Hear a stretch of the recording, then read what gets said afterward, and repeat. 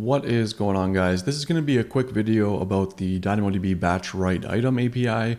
I'm going to explain quickly about what it is and how it works, and then I'll show you an example using NodeJS on how to actually use it and get it going. So BatchWriteItem API is as it says, a batch or a bulk operation that lets you write multiple items to a table in one request. So we can see there's a bunch of different limitations here that you have on the request if you're using this API.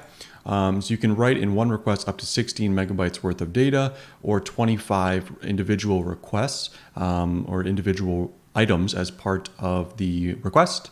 And individual items can be as large as 400 KB. So that's a limit on DynamoDB's side.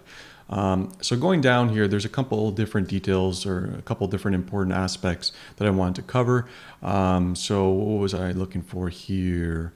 So primary key, here it is. So your request contains at least 2 items with identical hash and range keys. So what we're essentially saying here with this guy is that you can't perform a modification on the same item multiple times as part of one request. So say for instance, if you had the transaction ID 123, you can't modify that multiple times within the same batch write item request.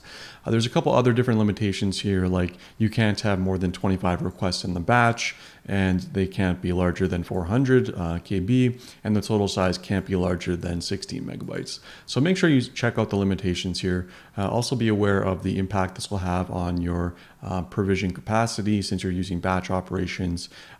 Just make sure that your limits are within reason. And so now going over to an example now, so let's take a look at what's going on here. So this is from the AWS SDK or the AWS SDK documentation. So we're creating a params object, and then inside that is a dictionary of request items being the key. Then we're specifying the table name. So in this example, the table name is music. And then within that is a list of put requests. In this example, you can also have delete requests if you want. And then we're specifying details about the item that we want to insert. So this guy here is one item that we want to insert, and we can see we have different put requests for each item. So we're saying for this particular request, I want to set the album title. It's of type string, and this is the value that I want it to be. Same for artist, this is the value. Same for song title, this is the value. And then you can see here what they're doing is just multiple different put requests.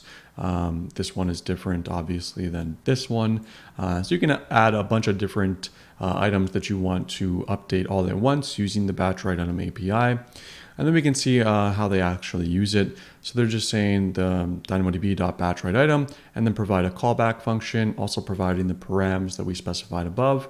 And then we're just saying if it's an error, then do this, else you just console log the data and extract that out.